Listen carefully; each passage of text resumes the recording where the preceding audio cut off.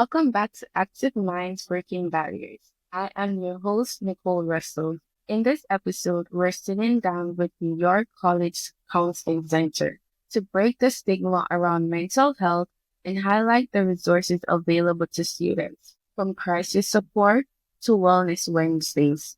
We're diving into how they help students navigate stress, anxiety, and academic pressures. If you've ever wondered what the counseling center can do for you, in this episode, you must listen, learn, and use these resources. Let's get into it. Joining us today is Miss Kim Melendez, the director at the York College Counseling Center. Miss Kim Melendez is a New York State licensed clinical forensic social worker practicing in New York City and abroad. She has been in human services and mental health sector for over 25 years, including 13 years in the field of criminal justice. Miss Melendez, currently serves as CUNY York College's Director of Counseling and Wellness, where she provides the clinical and operational leadership regarding the provision of mental health services on campus, including the oversight of assessment,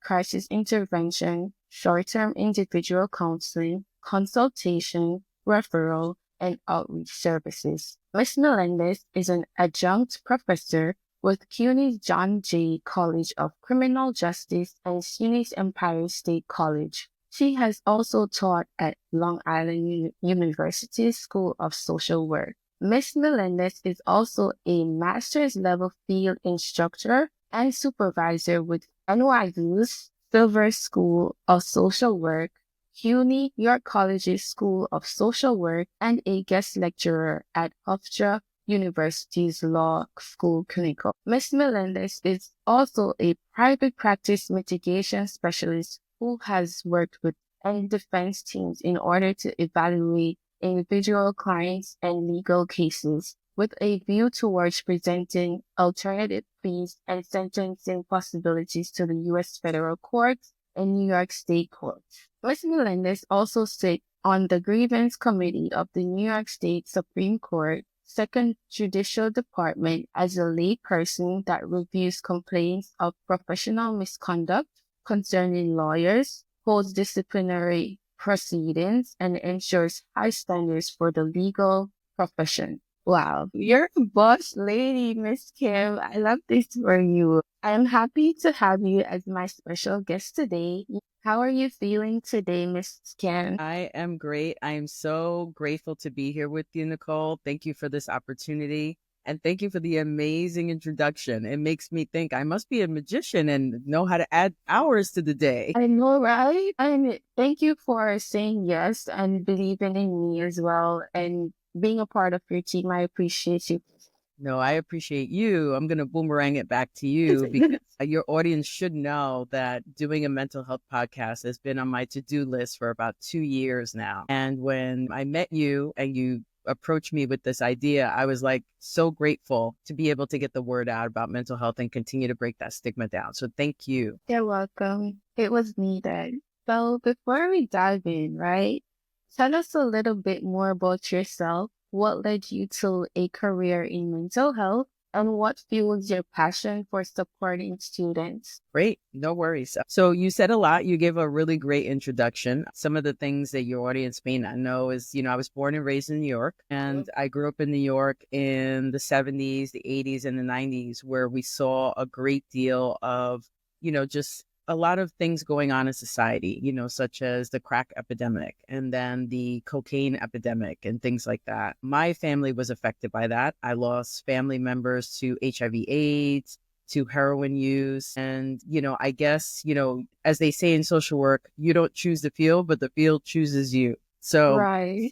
my family go through those troubles. It really kind of just spurred something in me. It lit a fire in me to help others see their connection to their environment and how the environment affects them, and how there's just so much red tape in our medical systems, our judicial systems. And I felt that I could be an advocate to kind of cut that red tape and get people to get the services that they needed to, but also to get the justice that they needed as well, too. So that's why I kind of straddle the fence between social work and the law. Exactly. And I as you love mentioned, that. All yeah, right, and guys. when I started working at John Jay as an adjunct, that's when I said, "Oh my goodness, I love the energy that college students bring. They bring hope, they bring energy, and each student is a new promise to change these systems that are broken." So I said, I have to work in the college environment in a mental health aspect, but also in a legal aspect. So, just a little bit about me. I love that. And it's giving like not all heroes wear cape, but listen, you're giving me life right now to keep going. Cause I was a little confused about what path to take in college, and being around you guys make me feel, wow, this is where I belong. So keep going. You're inspiring a lot of people. Thank you. I appreciate You're that. welcome. Next question. What's something students might not know about the counseling center that you wish they did? Our services are free. Our services are free to all enrolled students, and we have licensed therapists on staff. We are not academic advisors, we're not guidance counselors. You Yeah. come here and you get the services and you get the quality that you would get if you went outside to, a therapist that's practicing privately or in a medical clinic or a mental health clinic. We are Yes. all licensed here and we all have our specialties. As I mentioned, my specialty is knowledge of the law. One of the other clinicians on staff has knowledge of the medical and the health system. So knowing kind of the impact when you have you're struggling with some kind of medical issue, but at the same time, you have a mental health issue.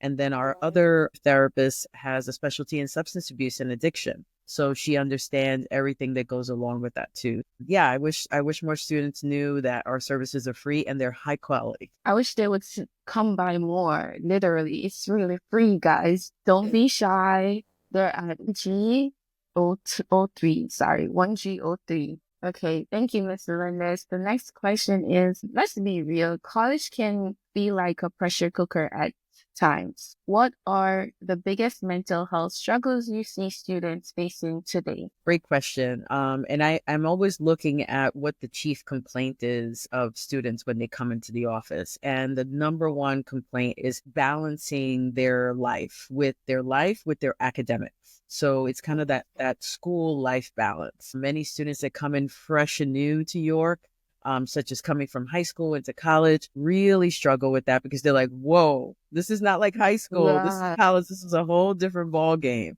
So they struggle with that as well too. And then I would say after that is just issues with kind of self-esteem, and then kind of some other issues around, anxiety, depression, procrastination, things like that. But those are the top two for sure. thank you. We here take care of your mental health all the time. But what does that actually look like for a busy college student juggling classes, work, and life? This is my favorite topic, Nicole. So thank you for asking me this question. If I could be like Superman and wear a t-shirt underneath with an S, Ah, S, my S would stand for self-care, self-care. self-care, I love self-care, that. self-care. And I think we need to do better at figuring out what that term means, right? It could mean just having your favorite cup of tea nearby you. It could mean like making sure you schedule a break time in between studying. Don't kill yourself with studying for 2 or 3 hours. Take a break in between. Call a friend, decompress, laugh, listen to music. But it has to become something that you do not every day, but minute to minute. Minute to minute. Right. Make sure you're staying hydrated. Make sure you're eating your 3 square meals a day or snacking or whatever it Yes. is that you need to do. Pet your cat or your dog. And if you want something that's more formal, doing things like deep breathing, yoga, stuff like that, which as we all have all of Yes. those things at the counseling center. And we even have massage chairs here. So you want to dip your toe in self-care um, between classes and use the massage chair. You know what I mean? So it has to be something that you do minute to minute. And it doesn't have to be anything fancy or expensive or anything like that. Yeah, that part. As you're speaking, I am actually learning from you because I thought my senior year would be la la la la la la, but it's actually not. It's like a lot at the same time trying to balancing everything. So I thank you for telling us these suggestions that are self-care. And also, I always try to do something that's out of my budget, which I stopped doing because it's not good. It's just the simplest things that bring us peace and happiness. Absolutely. So thank 100%. you for that. My pleasure. Okay. Next question. Many students struggle in silence because they feel like they must figure it out on their own. What would you say to someone who is hesitant to ask for help? So one of the things that I made my kind of my mantra when I came to York was making sure that we address stigma, right? So in in the Black and Brown communities, in our communities, obviously mental health is something that is not first on the list when you have stress, Sure. when you have problems and things like that, right? So we wanted to provide a very holistic approach here at the counseling center. So no matter what your thing is, no matter what your interest is, we could have something where you could kind of step into the world of beginning to kind of care for yourself. So whether it's coming in and using the massage chair, participating in Wellness Wednesdays, participating in yoga, participating in, some pop up that we may have, such as doing vision boards or yoga demonstration or whatever. We wanted to make sure that we provided, again, a very multifaceted approach that Yeah. students would just try different things. Some other things that if you don't want to try any of those, build your support network. Make sure you have your tribe that you can depend on, and that could be family, it could be friends, it could be classmates. Find a mentor. Just Yes. have someone somewhere that you can pick up the phone and call and talk about personal things, professional things. Maybe it's different people. You know what I mean? So definitely try to have a support network. And I think that is the oldest form of support. And we call it in social work mutual aid, right? The ability to kind of mutually have those interactions with another person and, get the support that you need. Okay. And of course, we're always here to help everyone. Yes, definitely. I would like to ask a question. Sure. What would you like advise students who don't really have that support at home? And how would you encourage them to like make use of the people here on campus? Yeah, you know that old term where it says sometimes friends are the family that you choose. Not everyone has the ideal family dynamic or family support. So I think your friends become that family that you choose. Right. So I would say, reach out to a classmate that's across from you in your class and just introduce yourself. Hey, how are you? Just like any other relationship, it takes time to form. You're not going to become besties overnight, right? You got to get to know that person. It's almost like dating for friends. So, you got to get to know that person, see if your values align, see if you like the same things. And I always tell students that is also the beginning of your professional network as well. So if you were my classmate, Nicole, and I'm like, she's a rock star in the classroom, I'm going to immediately try to make you my friend, but I'm also going to make you a future colleague of mine. So I'm going to put you on my Right. LinkedIn, for professional purposes. So I Right. always tell students that, find your tribe here on campus, form those friendships. And usually it forms within majors, sometimes within clubs, within groups. And those are all great places to make friends. Join a club on campus, come to some activities. You never know who you're going to meet, whether it's, a romantic relationship, it could be just a friendship. You just never know. So, True. I get it. We're a commuter school and students are in, take a class, and they're out. But, use that club hour on Tuesdays and Thursdays from 12 to 2 to kind of like see what the clubs are about, maybe visit some offices. You are consumers here on campus. I would not be here if students were not here. And I always encourage students to visit financial aid. Say, what do you guys do here? What do you do for me? What do you do in the bursar's office? What do you do for me? You are Yes. consumers. So, don't be afraid to ask those questions. Anyone in any office should not have a problem answering that. And if they do, you can come and get me. Period.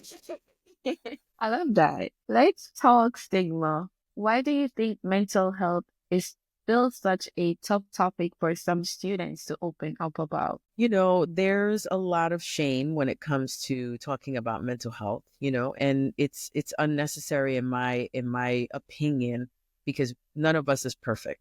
You know what I mean? So Right. there's a lot of shame. It requires, there's a cultural aspect as well too. Coming from a Caribbean background, you don't talk about your business, you don't talk about it outside the house, and only people that seek mental health have mental health issues and things like that. And all of Right. those are slowly falling to the side as myths and fallacies, which I'm happy to see. But it requires vulnerability. It requires you to say, hey, you know what? I need help. And a lot of us are not good at that because we have all struggled and we've had to make it work by ourselves. But the reality is that sometimes we need an expert. Sometimes we need someone that's trained and licensed in particular things to help us out. And again, mental health assistance or therapy doesn't have to be forever. It could be for a short period of time while you get your bearings, and then you kind of leave it alone. And then when you need it again, you go back to it. Maybe when you're going through a breakup, maybe you failed a class, maybe you've experienced a death in your family or something like that. So again, people shouldn't feel like I'm going to go into therapy and I'm going to be in therapy 5 years. No, it doesn't work that way. Again, you're the consumer, and have that conversation and have that therapeutic relationship with your therapist where you say, you know what, I'm feeling kind of good now. I'm going to take a little break. Absolutely, 100%. But you know what? I may be back, so I'm going to keep you on speed dial. Right. You don't have to do it long term, guys. You can do it short term whenever you feel like you need it in your vulnerable state. Thank you for that, Miss Kim. Absolutely. Next question is what steps is the counseling center taking to break down barriers and create a space where students feel safe seeking help? We are everywhere on campus. Everywhere you go, you will see posters, flyers, you see things on electronic screens. We are in everyone's face that we are here. My nightmare is always hearing a student that says, I didn't know we had a counseling center. I don't want to hear that from anyone. So we do a lot of marketing. We do a great deal of marketing. We do a lot of partnerships, collaborations with student groups such as student government and also faculty with other staff, other departments, other divisions. We partner with the academic side of the house. We have great partnerships and collaborations, and we do programming together with the other great departments on campus, such as the Center for Students with Disabilities, the Vet Center, the Health Center, the Center for Gender Justice, the Men's Center, First Year Experience. I mean, we are in there everywhere. You go to Literally any of their everywhere. programs and we're there. That's to show you that mental health is literally everywhere. I feel like this career field is gonna grow like immense in the future. It is, it has. And sadly, it had a growth spurt after the pandemic because we needed it Oh, bad. yes. And it's going to continue to grow. And I'm really happy at how it is growing. We're breaking down the barriers, we're breaking down the stigma. Clinicians are getting better trained in how to deal with, certain populations that might need certain kinds of services. So I'm really happy at how it's changing. Thank you. Next question is, can you share a success story, anonymously, of course, about a student who used the counseling center's resources and saw a positive change? Absolutely. The first one that pops into my mind is I had a professor reach out to me, and he was telling me that he noticed one of his students coming to class, possibly under the influence of either alcohol or drugs. Okay. So I made sure to have that professor either walk the student down or invite the student to come seek our services. I never like our services to seem punitive, and I always like to put Right. the power in the student's hand. So the student did come to see me, and he was very forthcoming. And actually, when he came to see me, he was under the influence at the time, and I could see it. So I talked to him about what his dreams, his goals, his aspirations were, what he wanted to accomplish as far as like being here at school. And by the end of the conversation, he did say, "Help me. I don't know how to stop using these substances, and I really want to do better. But the vision I have for myself in the future is so different than what I'm actually doing right now." And together with the student, put the student in the substance abuse world is called detoxification services. So he went Okay. into a detox to kind of get all the substances out of his body. And then he went into rehab or rehabilitation after, which means that it was an outpatient setting. He did counseling. He still came to school. We still had him engaged in his classes and everything. And I tell you, when he walked in the first time after going through that cleansing process, He said, my gosh, what I saw when I went into those spaces, I do not want to become like some of the people that were there struggling with continued substance abuse. He goes, from this day on, I am not going to use. I'm going to focus on my studies, focus on work. And he goes, I'm going to stay on the straight and narrow path.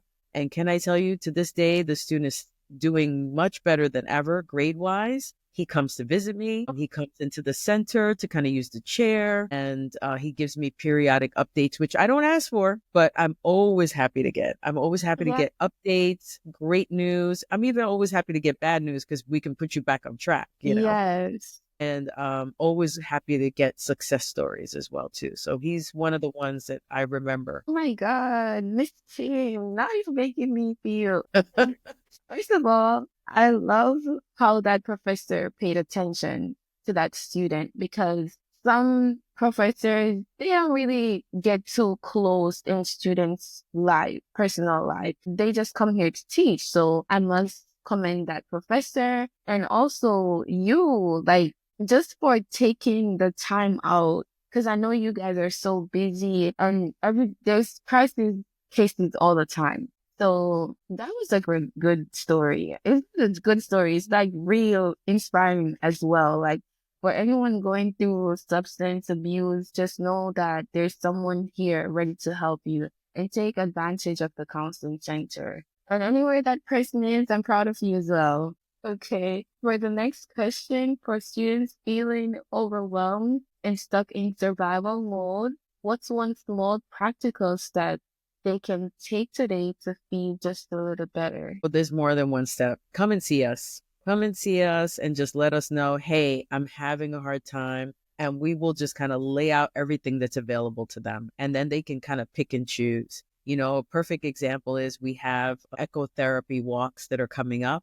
These are going to be meditative, mindful walks through a local park with a certified ecotherapist. And if you feel like you're caught in that wheel and you can't get out of it, take these 2 hours on either March 13th or May 13th to take that walk with us outside. It's not going to be like therapy, you know, talk therapy while you're walking. It'll be just kind of taking in the sights, breathing in the smells, hearing the sounds, and some fun activities along the way too. You know what I mean? But we have then that's why I love that our center is so holistic because we can provide so many options for students. Come and sit in the chair, come and do yoga. I mean, you know how it is. The list goes on and on. Yes. Thank you so much. And I'm excited for the ecotherapy walk. I'm looking forward for that in Me May. too. Second to last question. If you had a megaphone to reach every student at your college, what's one message you'd want them to hear loud and clear? It is perfectly okay to not be okay. It is perfectly okay not to be okay. No one is perfect. No one is happy every day. And if there's one place that's going to understand you and understand it, it is here for sure. I agree with you. And it's okay to also take time for yourself and just sit with your emotions. And the Absolutely. counseling center is the perfect place to do that. Guys, don't be shy. Last question. Finally, where can students find you and the counseling center, and what's the easiest way to take that first step towards getting support? So physically, we are in the lower level. We're in 1G03, and we're right in between the testing center and the Center for Students with Disabilities, right across from student government. There are so many ways that you can contact us. You can call us, you can email us, you can go to our website. We have a QR code on the website that you can scan to request an appointment. There are flyers, posters all over campus. We have an Instagram account, which is York Counseling Center. We're on the Cardinal app as well, too. So just so many different ways that you can get in contact with us. One of the best ways is just walk on in. Our staff is friendly. We are confidential. We are free, and we are supportive. So that's our tagline: free, confidential, supportive. So come on down. We have a really great vibe down here. It smells good. It feels good. It looks good. So you'll feel very comfortable. Thank you so much, Kristen. Thank you for joining Active Minds Breaking Barriers. And thank you for breaking the barriers with me. I appreciate your hard work and dedication. Your insights and dedications to student mental health are truly inspiring. That's it for today. Thank you My so pleasure. much. Thank you for this. I appreciate it. Doing a No great job, Nicole. problem. We're super proud of you. Thank you. I appreciate it. Sorry, just coming out of here. All right. That's it. You're good. Have a good day. Thank you. Enjoy your weekend, Miss Melendez. It was fun. Thank you for the opportunity. Have a great No weekend, Nicole. problem. You too. Bye.